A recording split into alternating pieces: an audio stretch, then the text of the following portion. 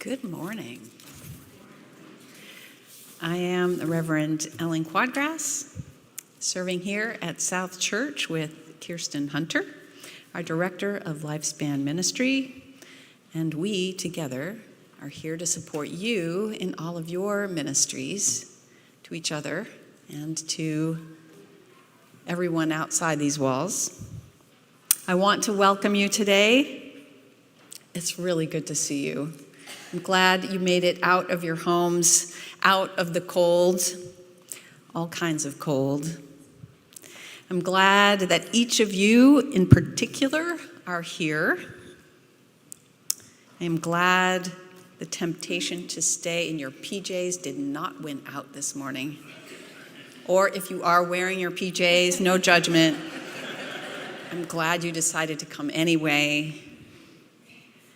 And for those of you who couldn't make it here in person for a whole host of reasons, internal or external, I am glad that you chose to be with us instead of reading the paper or watching the news or a million other things you could be doing. I am glad you, people out there online, are here with us, even if I can't see you. We all know you're there, and we love you, and I'd like to invite us all to turn around and say a massive hello to all our folks online. We are all here together, which is a radical thing to carve out that time and that space to do that when so much in our world keeps us separate. It's a radical thing to turn our hearts to spirit and to love when so much in our culture points to other directions. It is also a radical thing to acknowledge difficult truths that do not have a quick fix, like that the land upon which this sanctuary was built was first tended by the Abenaki and Pennacook nations, who are still here, who did not cede this land, and who still advocate for full recognition. We honor this truth, this past and this present, in order to plant seeds of awareness, which is the beginning of any real change. May we continue asking ourselves as Unitarian Universalists what justice looks like today and what we can do to foster it here or anywhere. Our theme this month is mystery, and today is a very special service around the mystery that is part of family, the inner workings we cannot always see, the unknown forces that can keep us turning toward love and understanding, even when they seem out of reach. It's about that ineffable something that makes a family whole or holy. Today, I invited 4 family units and Lissa, today's worship associate, to come and speak about what it is like to be their particular kind of family, who they are in this world that so often seems to try to squeeze us all into a predetermined mold. Many, many thanks to those participating. I invite you to take a look at your order of service, which lists all the wonderful people involved in making our service happen today, both those visible and up front, and those behind the scenes that make worship possible every week. Please note that all children and youth are invited to go downstairs after the time for all ages for religious education classes. If there are any young people who are new to South Church, your parents may feel free to walk down with you and settle you in. And everyone is welcome to join us downstairs for fellowship, where coffee, treats, and conversations await. This week, the challenge for each of you is to seek out someone you don't know and come up with your own question to talk about with each other. And for those who would like, large print hymnals are available at the back, and we have assisted listening devices. If yours is not functioning correctly, please ask an usher for assistance. Please silence your cell phone if you have one, and it is now time for some announcements.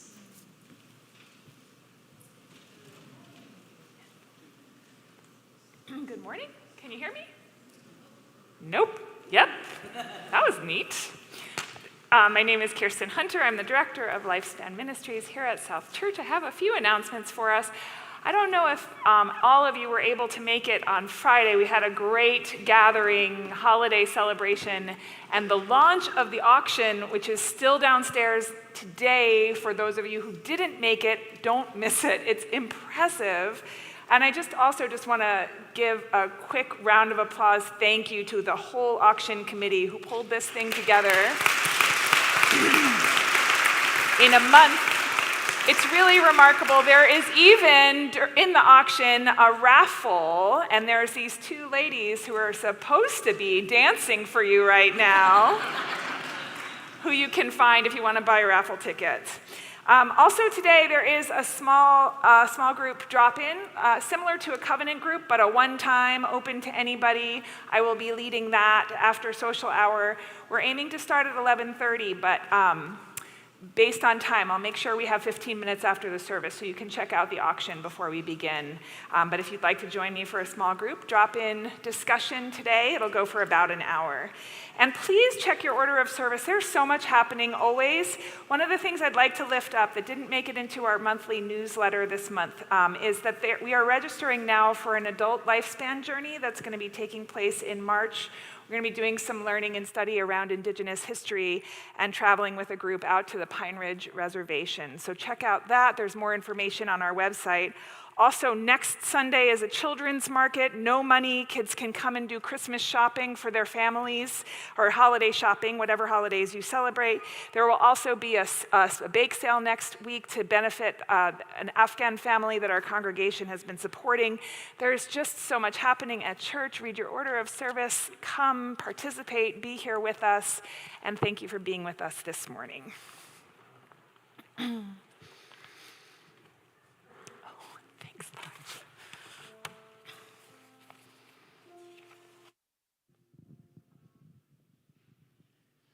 Bright morning stars are rising.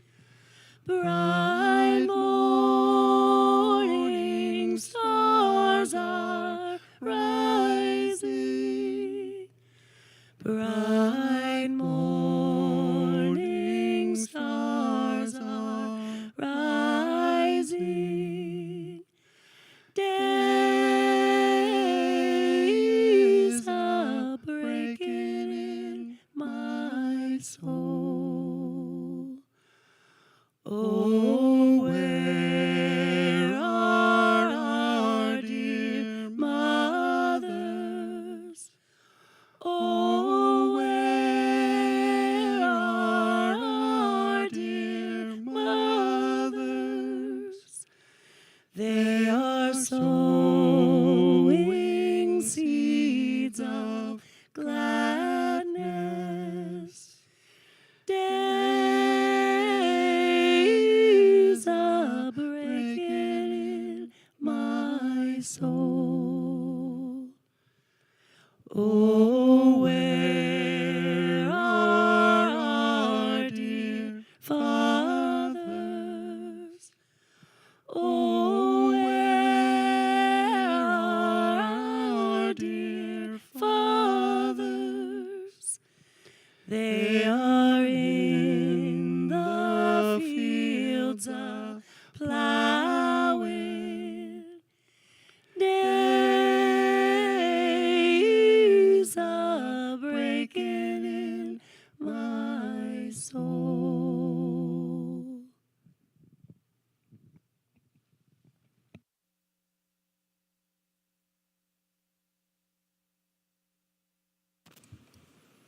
Good morning. If you're watching us remotely, I invite you to light your own candle at home while Reverend Ellen lights the chalice here in the sanctuary. As Reverend Ellen said, our theme for December is mystery. So I bring you these words by Tanya Marquez, ordained UU minister, spiritual director, and hospital chaplain. Our lives intersect and intertwine.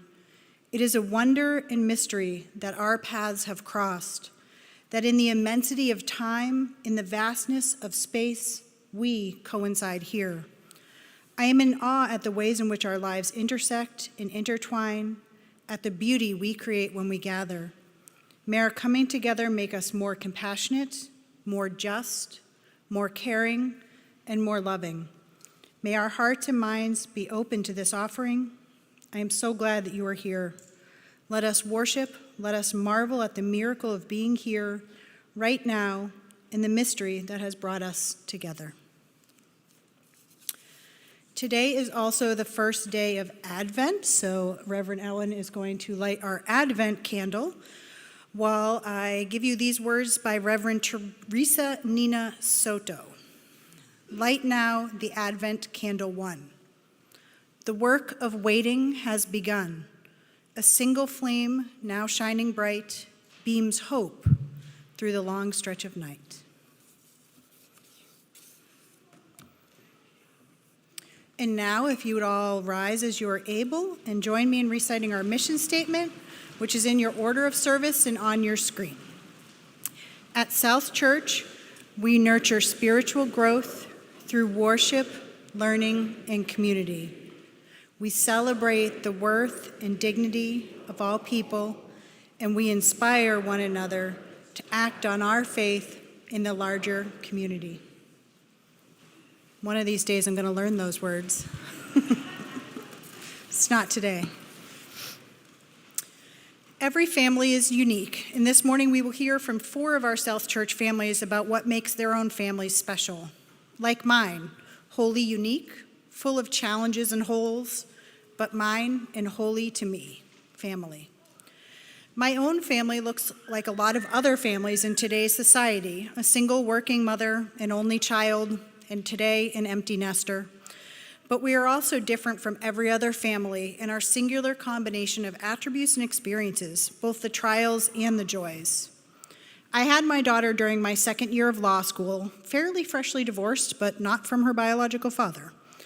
I became my own mother's legal guardian when my daughter was only 2, away after my mother had attempted to take her own life in our new home in Arizona, where I had welcomed her just mere months before. My daughter has struggled with anxiety, sensory issues, and compulsive spectrum disorders from a very young age, although it took us a really long time to properly diagnose it and get her some help. It was often hard for me to relate to her particular way of seeing and experiencing the world, especially since I so often felt like I was barely keeping my own head above water. I had no real family support, and we were so very far away from my own childhood family traditions. But despite all that, we had so much joy in our small family.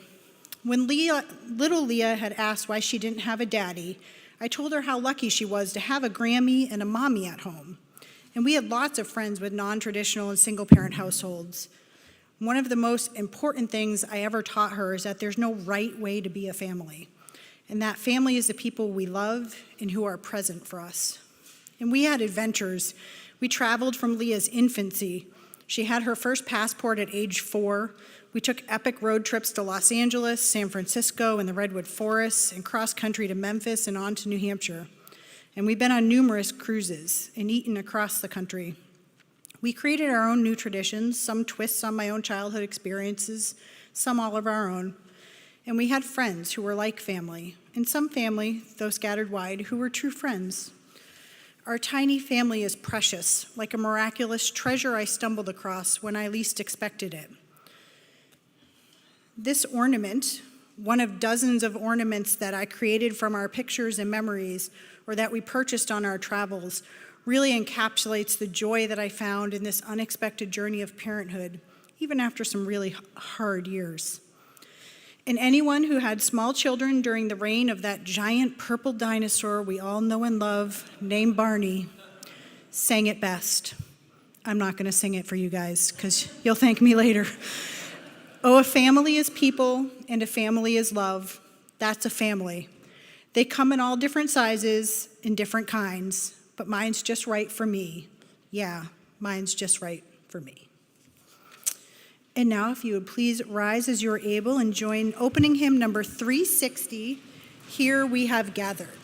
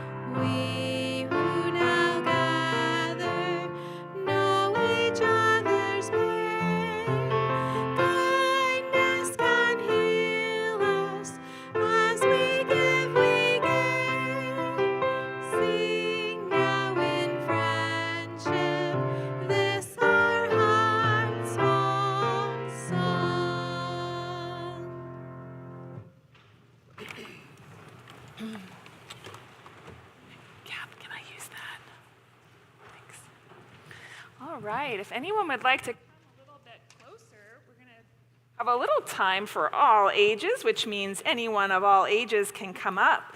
I'm going to put something out here.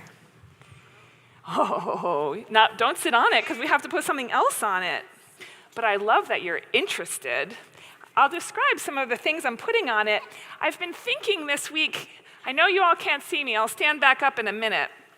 I've been thinking this week about mystery, which is our theme this month, and about Holy Family, and what an incredible mystery life is in general. And I got a bunch of stuff here because one of the things that's happening at service today is people are bringing things that are meaningful to them to help them talk about their family.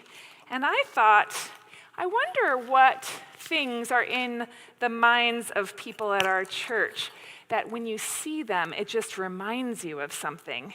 And what does that have to do with mystery? So while I'm laying these out, and everyone's up back there is being patient because they can't see me, these people right up front don't know it, but they've volunteered to be participants today. Shh, shh, shh, shh. The candy is just for looking at. No chanting. Okay. You can hold it. I'm going to invite each of you to pick, but before you pick, you have to pick something that's scattered on that towel that reminds you of your family for some reason. So everyone who's up close can pick something, and then I want you to scoot back, and other people who want to can pick something too. And at the end, you're going to put those things back, just so you know. They're not for keeping. So you're looking at these things on this towel, and you're picking something that reminds you of your family for some reason, whatever it is. And while you do that, I'm just going to invite all of us to think about how incredibly mysterious it is that we are here, how incredibly mysterious it is that we inhabit a body and a brain and are a unique person, but also how amazing it is that we are somehow able to share with each other enough that we find connections to each other and we discover ways that we're different from each other and we're able to learn from each other and search. And all of that, I think, has to do with the fact that we have the capacity for metaphor, for associating something symbolically to mean something else. And so that was the idea I had with all these symbols. So people who have picked, I wonder if you would be willing to share a sentence about why you picked the item you did and what it has to do with your family. Would you be willing to start? I see that you have a Werther's caramel candy in your hand. Could you tell me why you picked that? I chose this Werther's caramel candy because my family, I really like to bake, and so does my family. Yeah, and personally, Kat and my sister Kat here loves candy too, so. It made you think of baking and how many people in your family love candy. I love that. Amelia, it looks like you have 2 large, spectacularly sparkly marbles in your hand. How come you chose those? My grandma loves fairies, so these are sparkly, and fairies like sparkle stuff. I love that. Grandma loves fairies, and they sparkle like fairies. I love it. Does anyone else have something they picked up from there and they want to share? Kat, would you be willing to share why you have that sculpture of a little frog? Because you liked it? How about that other ball? Because it's squishy. Because it's squishy. 2 good reasons to pick up something. Does anyone else have something they want to share here that they picked up and why it reminds you of your family? You can whisper it to me if you want, and I'll tell them.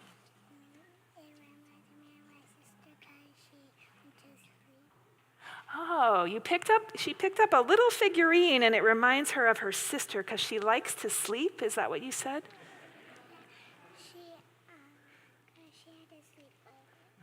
Because she had a sleepover. I love that. Do you know something that's funny about all of these objects? Each of them are memories of my own childhood, too. And I thought that was pretty mysterious, too, how we can find different meaning in the same objects, how something that means something for me means something different for someone else. Like I picked this sparkly rock because when I was a child, my brothers and I used to go collect rocks and bash them open on a big rock, and when we would find the sparkly kind, we were sure we had found gems, and we would put them out on a table like you would have a lemonade stand, only ours was for precious metals. And we thought people would definitely come and buy them and we would be rich. And my mom would put honey out there too, because we had bees, so that people would stop. And then we did make some pity income from that adventure. Anyone else have a story that you thought of by looking at these objects? Leo, do you want to share something? I know, there's a geode there. I wonder what that makes us think of. There's a stuffed, sculptured star. There's a couple books. There's a drum. Well, as we go into this month, there are so many little objects that tend to come back year after year that evoke things in us.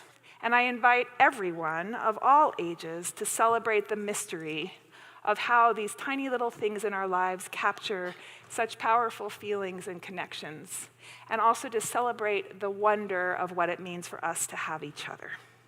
And that is my message for us today.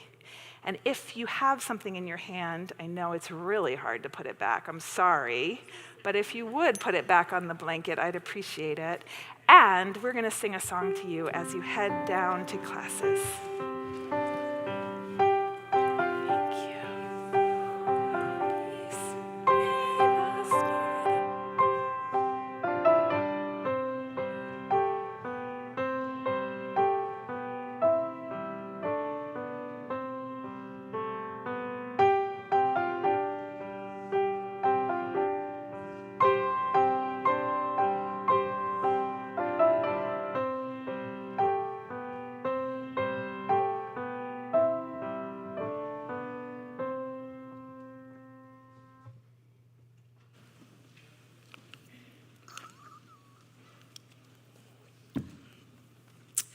Every week at the Offertory, we each give what we are able in order to support South Church, the building, the staff, congregants, and the greater community. In an effort coordinated by our social justice associates, each month we share that collection with a different nonprofit organization. During the month of December, the collection will be shared with the Black Heritage Trail of New Hampshire, which raises awareness of New Hampshire's Black history by fostering dialogues about race, diversity, and inclusion through educational programs, exhibits, curriculum development, and research that can change the way we understand human dignity when free of historical stereotypes. I highly suggest some of their walking tours around town here. You can learn more at the blackheritagetrailnewhampshire.org. You can donate in many ways. If you happen to have some cash with you today, feel free to use the collection baskets, which will be passed now. But if you, like me, rarely have actual paper money on your person, you can also use our mobile app, Vanco. You can give via the donate link on our website, or you can send an actual check in the mail to our office at 73 Court Street. The offering will now be greatly received. Gratefully received, even.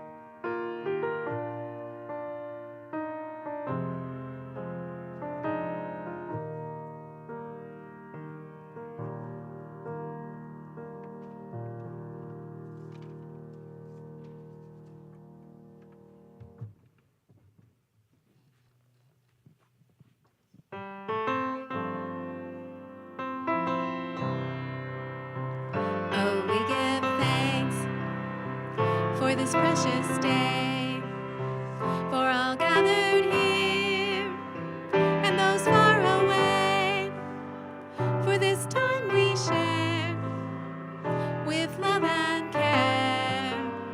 Oh, we give thanks for this precious day.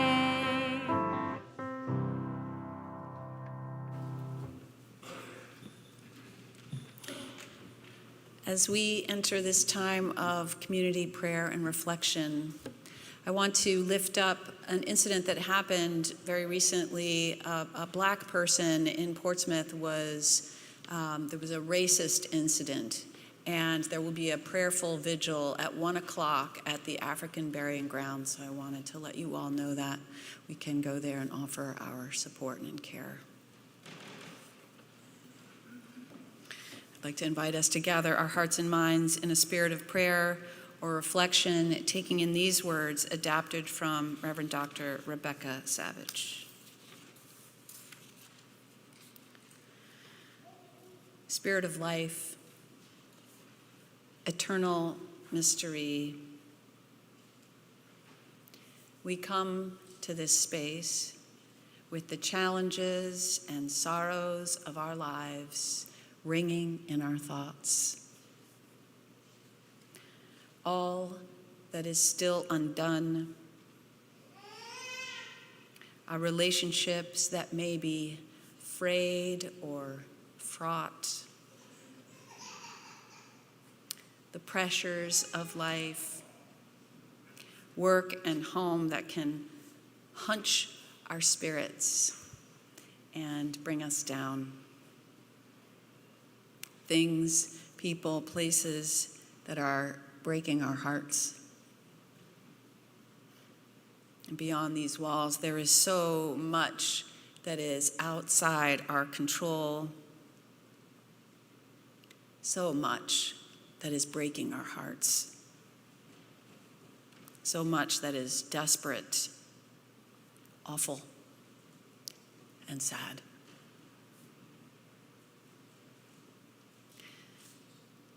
Beloved mystery, hold us close and whisper into our hearts that another world is possible. One beyond our imagination, but that we build together. One prayer at a time. One declaration of possibility. One hopeful action at a time. One act of grace and understanding. One extension of care and compassion at a time. We give over all our actions to you, sweet mystery, for we do not know the impact of our faithful practices, and we try not to invest ourselves in them. May we embrace the wisdom that the love we have now is enough for today. That the care, patience, and service we have within us now is enough for today. The rest is mystery. May that be enough.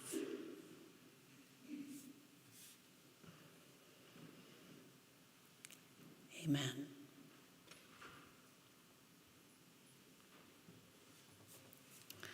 I invite you now into a time of personal meditation and reflection. If you wish, you can use this time to light a candle, a symbol of the Spirit within and among us. Please remember, if you are going through a difficult time, I am available. Kirsten is available. Our pastoral associates are available. If you need any one of us, you can fill out a card in your pew, or you can call us or email us or find one of us after the service. May this time now deepen and connect us to one another and to all that lives in our hearts today.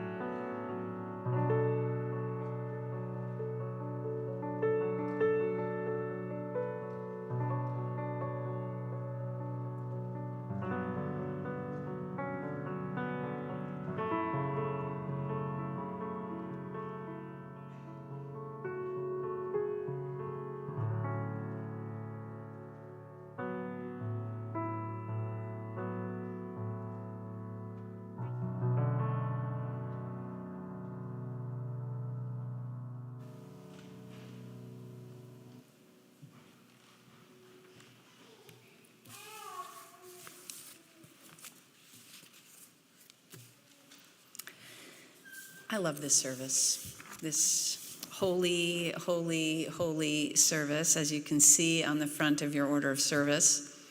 It was a tradition I inherited from pre-COVID. I've loved getting to reach out to people, asking them to participate, and every time getting to explain all over again what those 3 words mean, at least to me. We are all holy, W-H-O-L-L-Y.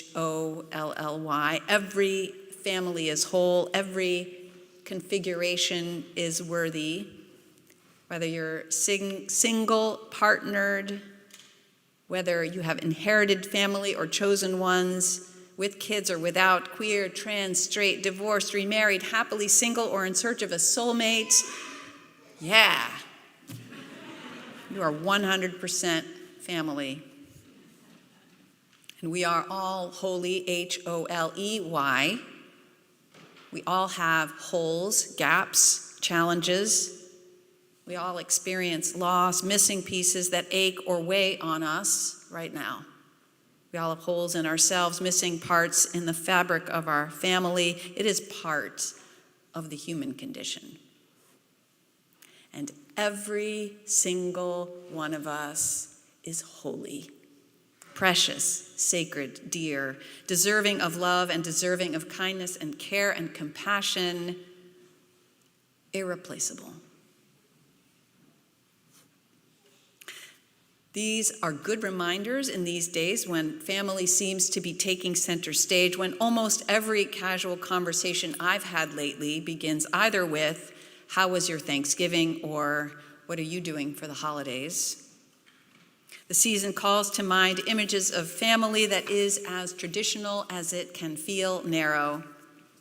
It can make us forget that the point of family or any relationship is not what it looks like, but how it feels, its essence, what it means to you, and how you choose to relate to it now. Sometimes our families feel close and precious. Sometimes family is a source of pain that needs healing. Sometimes both. A friend shared with me that years ago she had to set a boundary with problematic family members. She had not been to a family gathering in close to 10 years. And then last Thanksgiving, something prompted her to go. She didn't know exactly what, she didn't know exactly why, and she was wary. She was uncertain. She did not know what she would find. But when she was there, she discovered to her surprise that something had changed. She didn't know if it was them. Maybe it was her. Maybe it was a little of both. But as she described this to me, I heard hope in her voice. I don't need to tell you that kind of thing does not happen every time. But family touches us deeply, for better or worse, and sometimes,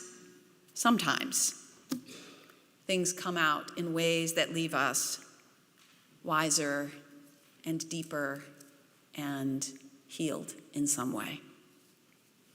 And the way it works can be a little bit of a mystery, and maybe that's okay. And the way this service works is that each family will be coming up with an object, as we've been hearing, that represents something about them. They will each share about the object and then place it on the altar.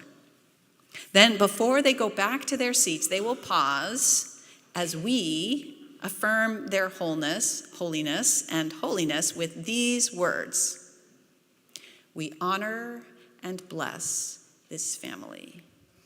You can watch my hands for the signal. I will do this. Let's practice now. So there will be a family here in a little bit, and we will say together, "We honor and bless this family." That's beautiful. And our first family, I'd like to invite the Bryants up.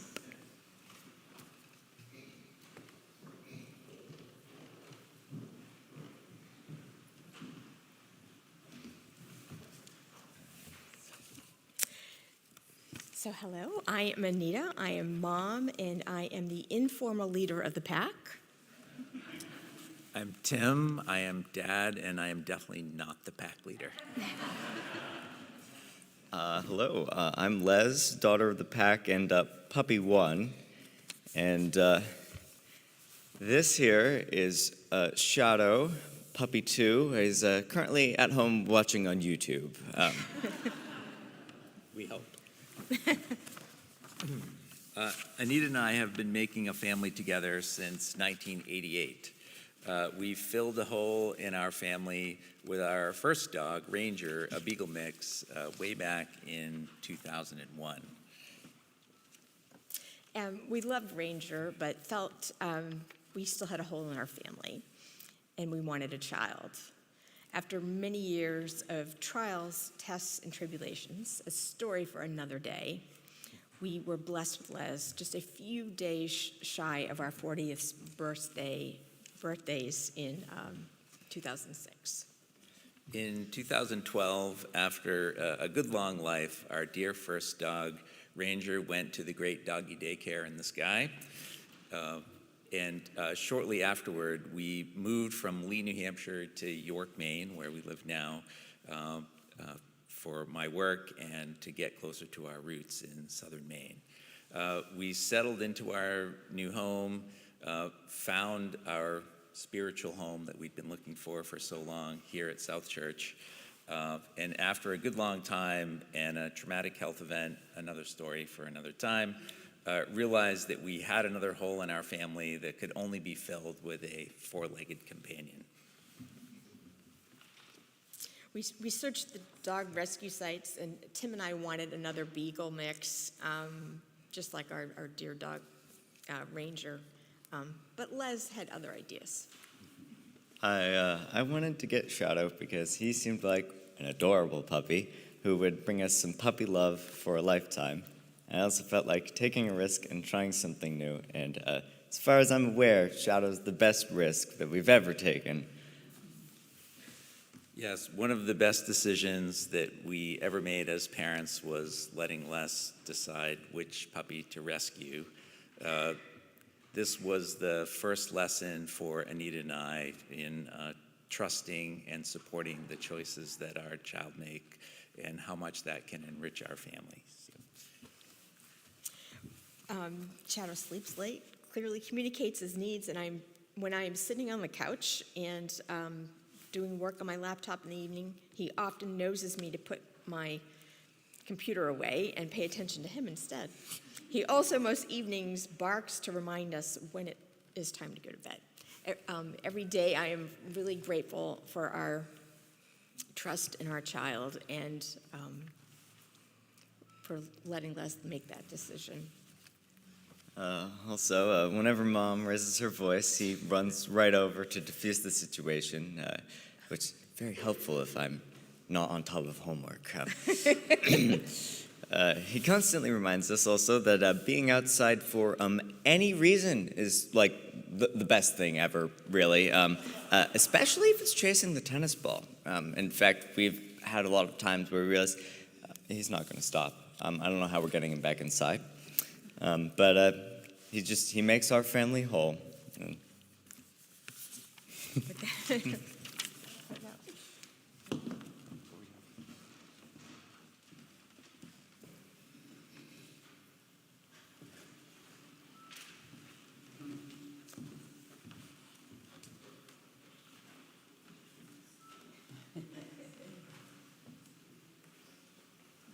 Beautiful. And we honor and bless this family. Thank you so much. And the Errecart family will come and share with us next.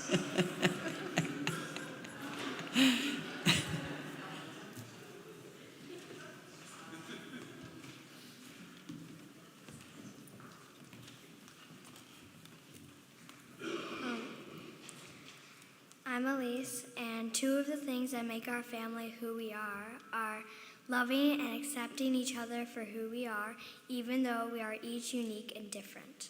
And two, being playful, having fun, and being adventurous.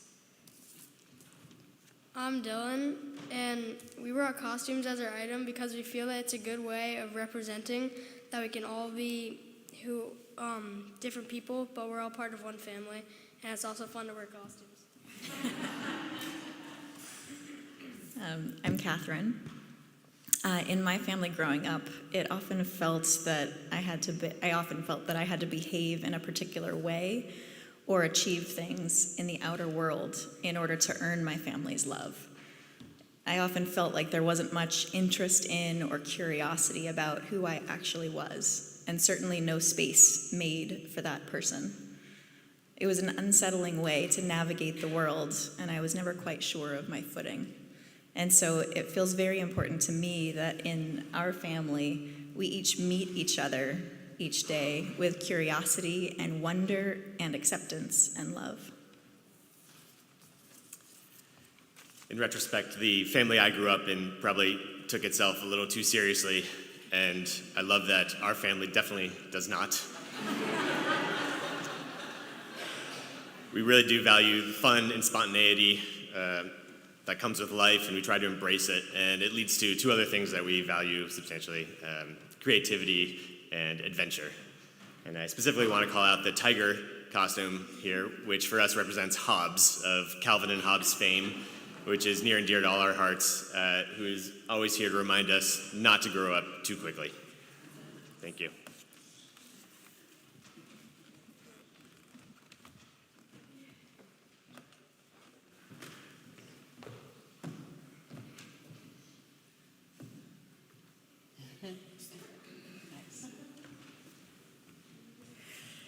We honor and bless this family.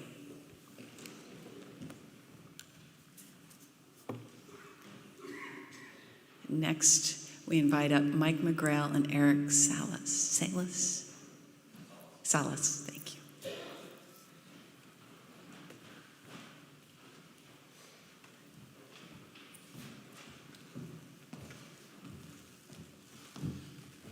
Hello, I'm Eric Salas. I'm Mike. So remember, we have dinner with Peter and Michael tonight. That's tonight. Okay, good. And that reminds me, Ella's recital is this Sunday. This Sunday? That's the day of my concert. I put it on the calendar. The what?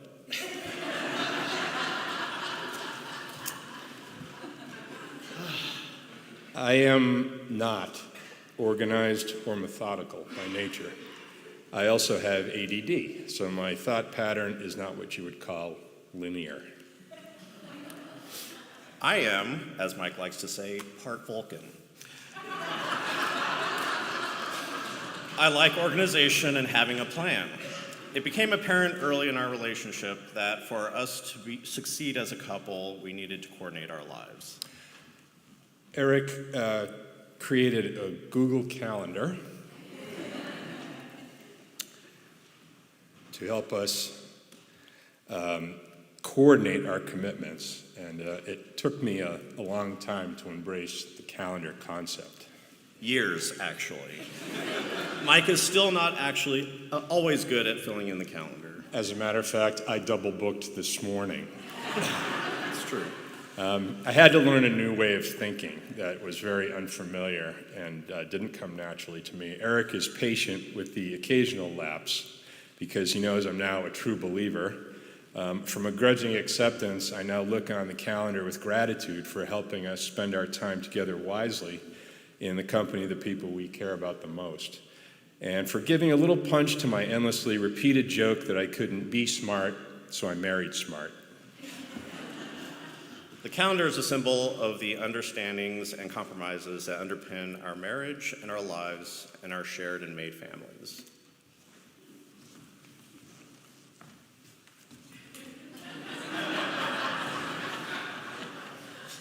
They'll get to take those items back too. We honor and bless this family.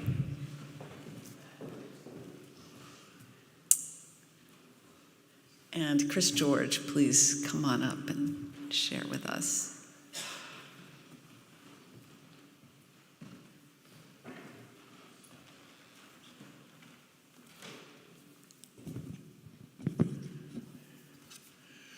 14 months ago, my wife Janice was home with me, dying of cancer. She had stopped eating, and her family was with us to say goodbye.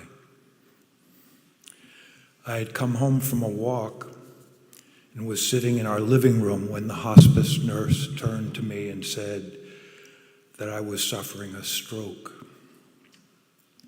and I needed to get to the hospital.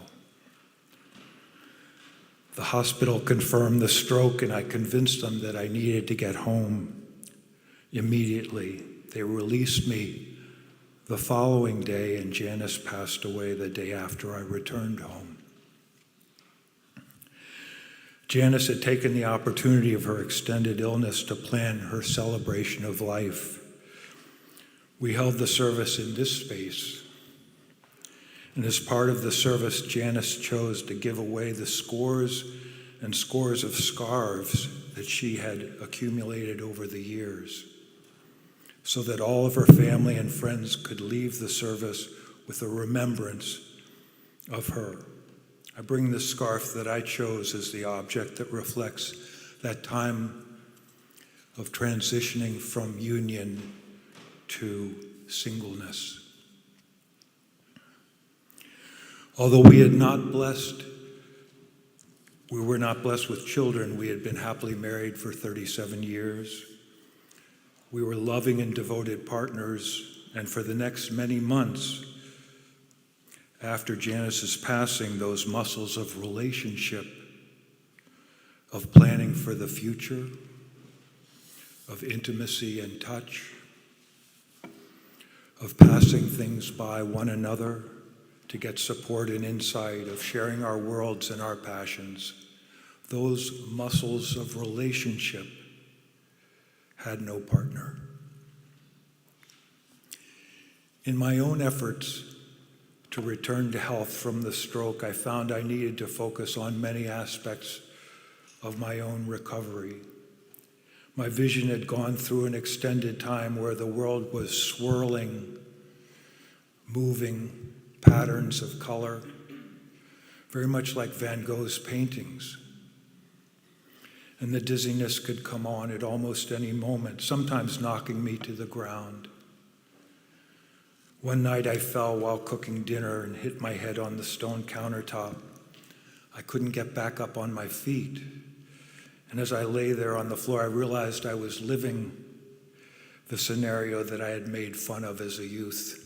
I've fallen and I can't get up. And I began chuckling to myself. I had my phone on me and I called my neighbor. They came over, cleaned me up, and I retreated to rest for the night. The coming weeks and months were filled with rehab and new blue-tinted glasses with prisms and generous members of this church and neighbors and friends driving me to hospital and doctor appointments, grief counseling, helping me to keep my head above water. Confusion from the stroke led me to showing up at doctor appointments that were only in my calendar, led me to paying bills with checks from a bank account that had been closed down years ago, having no money there now, led me to forgetting my passcode at the bank. My 4 siblings and I catch up on bi-weekly Zoom calls. Now we learned how to make health assessments from the visuals on the screen and the stories that were told. I spent last winter and spring working to regain my music repertoire so I could return to sharing my music with others. And then after dropping my songwriting for over 2 years, I returned to writing songs again. It happened this last September at the Writers in the Round workshop out on Star Island. I'm beginning to create again. It's my most powerful sense of recovery, and I'm deeply grateful. Throughout all of it, I've experienced the sacredness of this life, of our friends and their generosity of spirit. of my new relationship with Janice's cat, whose name is Bear, of the preciousness of each passing day, of our families and their love, of our opportunities to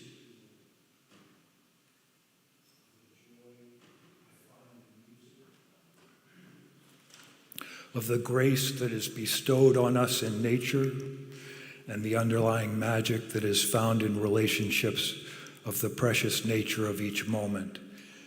And I'm deeply grateful.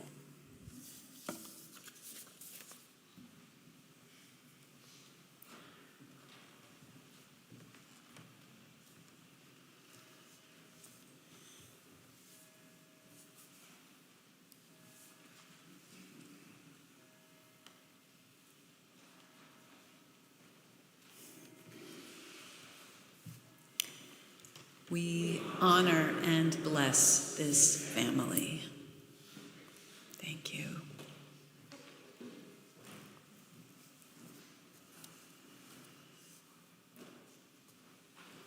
Thank you so much to these 4 families who have shared with us this morning.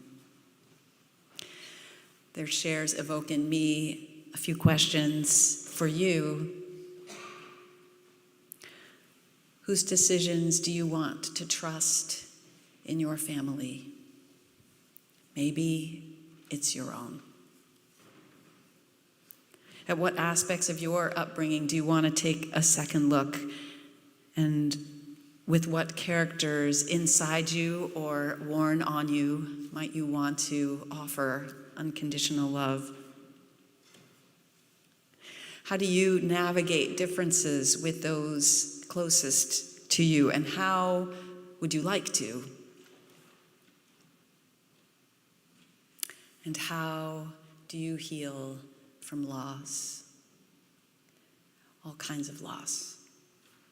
How do any of us heal from the so many hard things and find something beautiful on the other side? May we hold these stories we've heard and the truths they evoke deep in our hearts as we join together for our closing hymn. It's number 1008, When Our Heart is in a Holy Place. Please rise in body or in spirit.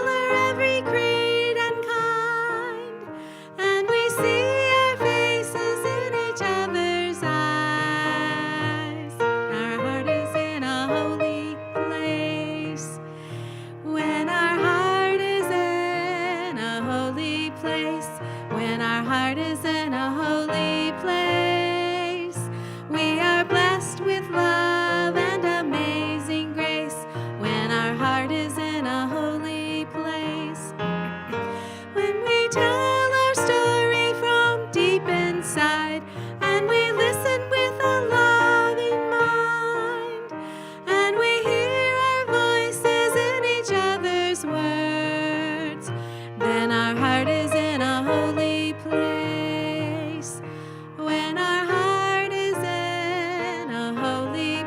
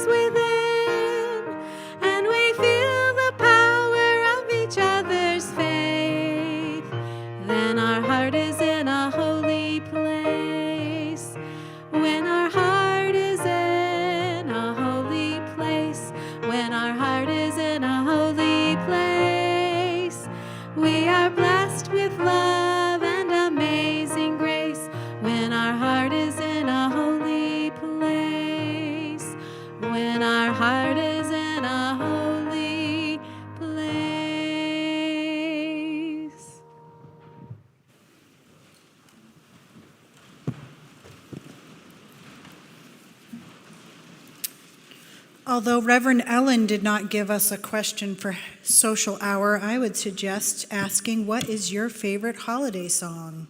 Mine's Dominic the Donkey, because I'm Italian.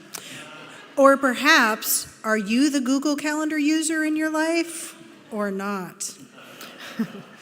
Now, as Reverend Ellen extinguishes the chalice, let us share these words. We extinguish this flame, but not the light of truth, the warmth of community, or the fire of commitment.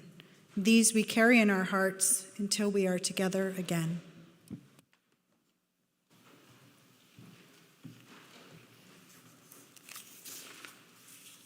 May we, every one of us, single, partnered, parenting or not, child, elder, everyone in between, gay, straight, trans, the rainbow of colors, identities, and characteristics, may we know, every one of us, we are holy and loved. May our holy hearts be blessed, and may our holy love bless others with amazing grace and love as we go forth. Go in peace. Amen.